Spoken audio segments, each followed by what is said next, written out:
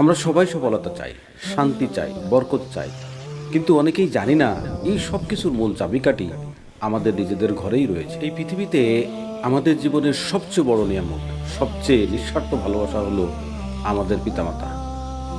আমরা সবাই সফলতা চাই, শান্তি চাই, বরকত চাই, কিন্তু অনেকেই জানি না এই সব কিছুর মূল চাবিকাঠি আমাদের নিজেদের ঘরেই রয়েছে।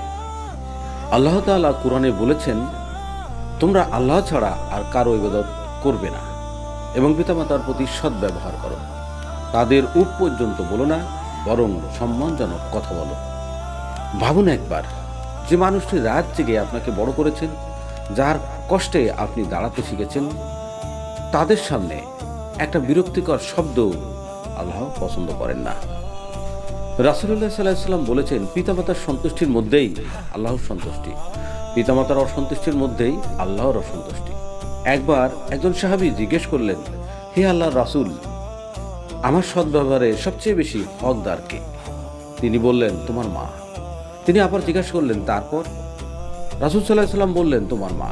তিনি আবার জিজ্ঞাসা করলেন, তারপর? রাসূলুল্লাহ সাল্লাল্লাহু আলাইহি ওয়াসাল্লাম বললেন, তোমার মা। তিনি আবার জিজ্ঞাসা করলেন, তারপর? রাসূলুল্লাহ সাল্লাল্লাহু আলাইহি ওয়াসাল্লাম বললেন, তোমার বাবা। এই হাদিস আমাদেরকে শিক্ষা দেয়, মায়ের ভালোবাসার কোনো তুলনা নেই, আর বাবার ত্যাগ নীরবে হলেও অসীম। অনেক মানুষ সারা জীবন চেষ্টা করেও উন্নতি করতে পারে না, কারণ তারা পিতামাতার হৃদয় ভেঙেছে। আবার অনেকেই অল্প চেষ্টাতেই সফল হয়, কারণ তাদের সঙ্গে আছে পিতামাতার দোয়া।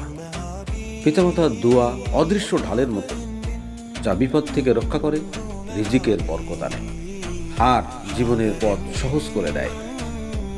তাই আজই নিজেকে প্রশ্ন করুন, শেষ কবে আপনি মাকে ভালোবেসে কথা বলেছেন? শেষ কবে বাবার হাতে হাত রেখে কৃতজ্ঞতা প্রকাশ করেছেন? আজ থেকেই শুরু করুন, নরম ভাষায় কথা বলুন, তাদের প্রয়োজনকে অগ্রাধিকার দিন, তাদের জন্য দোয়া করুন, আর যদি তারা না থাকে তবুও তাদের জন্য দোয়া থামাবেন না। মনে রাখবেন, পিতামাতাকে সম্মান করা কোনো দুর্বলতা নয়, এটা প্রকৃত শক্তি। আপনি যদি জীবনে উন্নতি করতে চান, শান্তি চান, আর আল্লাহর রহমত চান, তাহলে আজ থেকেই পিতামাতার হৃদয় জয় করুন, কারণ পিতামাতার দোয়া ছাড়া সফলতার কোনো পথই পূর্ণ হয় না।